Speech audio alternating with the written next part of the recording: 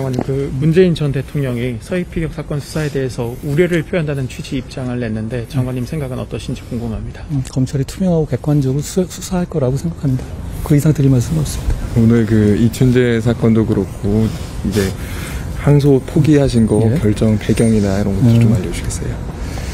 이게 억울한 살인 누명을 쓰고 20년을 복역하셨고 석방되신 이후에도 살인자라는 비난을 받으면서 사셨을 것 아닙니까?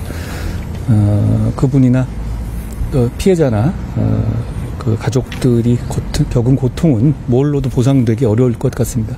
그렇지만 법무행정을 총괄하고 있는 법무부 장관으로서 국가를 대신해서 깊이 사과드린다는 말씀 다시 한번 드립니다. 그런 차원에서 국가가 국가배상의 항소를 취하하는 것, 항소를 하지 않는 것은, 포기하는 것은 너무 당연한 결정이라고 생각합니다. 법무부가 최근에 외국인 참정권 개편 의견을 냈는데 이에 대해서 조금 더 설명해 주시면 감사하겠습니다. 조금 길 것 같긴 한데요.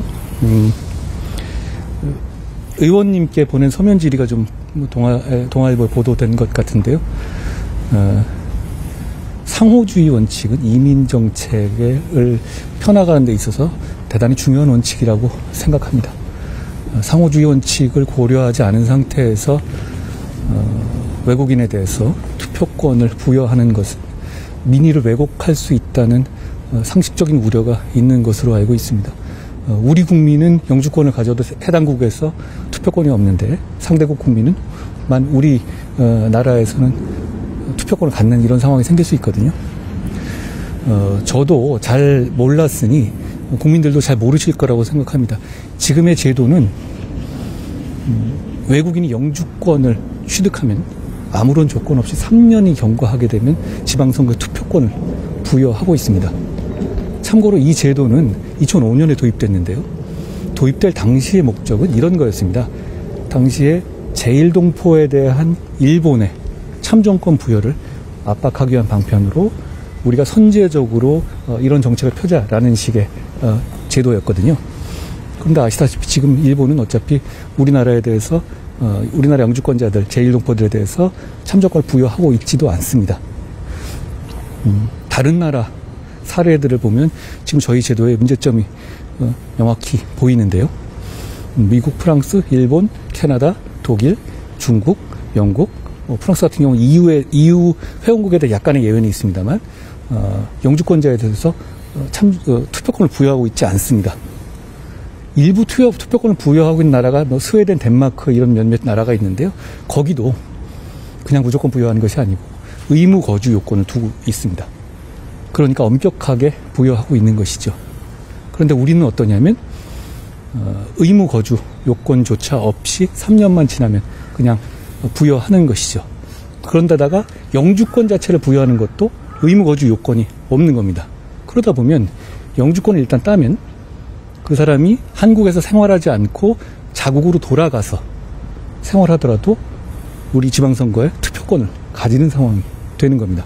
이런 불합리를 해소하기 위해서 저희가 영주권의 유지 요건에 한국의 의무 거주 기간 요건을 도입하는 등을 신중하게 검토하고 있습니다.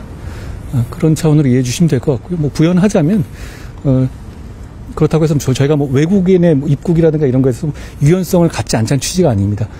저희는 이 이민 이주자들의 자발적이고 역동적인 기여를 국내의 어떤 경제라든가 국가 이익에 대해서 잘 활용하고 반면에 그로 인해서 피해를 입거나 그렇게 우려하는 분들에 대해서 잘 지원하고 다독이는 정책을 잘 펴는 나라가 10년 후에는 세계를 선도할 거라고 생각하고 그런 나라가 우리나라가 됐으면 좋겠다는 생각을 갖고 있습니다. 그런 차원에서 이민 이주 정책 컨트롤 타워를 만들거나 이런 식의 제도 개편을 준비하고 있는 것이다 라고 말씀드리겠습니다. 이번 제도 개편은 좀 오래전부터 준비를 하셨다고 보면 되나요? 언제? 그렇습니다. 이게 제가 이민 이주 정책에 대해서 여러 가지 준비를 한다고 말씀하셨는데 그것은 단순하게 이민을 많이 받고 이런 차원의 문제가 아니라 제도를 정비하는 것에서 출발하는 것이죠. 그러니까 무분별한 어떤 잘못된 제도는 바로잡고 그리고 불법 체류라든가 체류 질서의 문제도 바로잡고 그런 전제 하에서 유연성 있는 이민 정책이 가능하다고 생각합니다.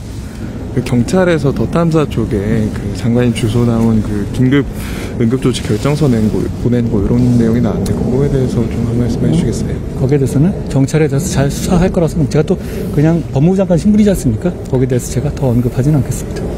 그리고 그 정진웅 검사 독촉행 혐의 어제 최종 무죄 선고된 데 대해서 다시 한번 말씀드리겠습니다. 어제 제가 충분히 말씀드린 것 같고요. 제가 이견이 있습니다만 법무부 장관으로서 판결에 대해서 더 말씀드리지 않는 것이 좋을 것 같습니다. 추우신데 고생 많으셨습니다.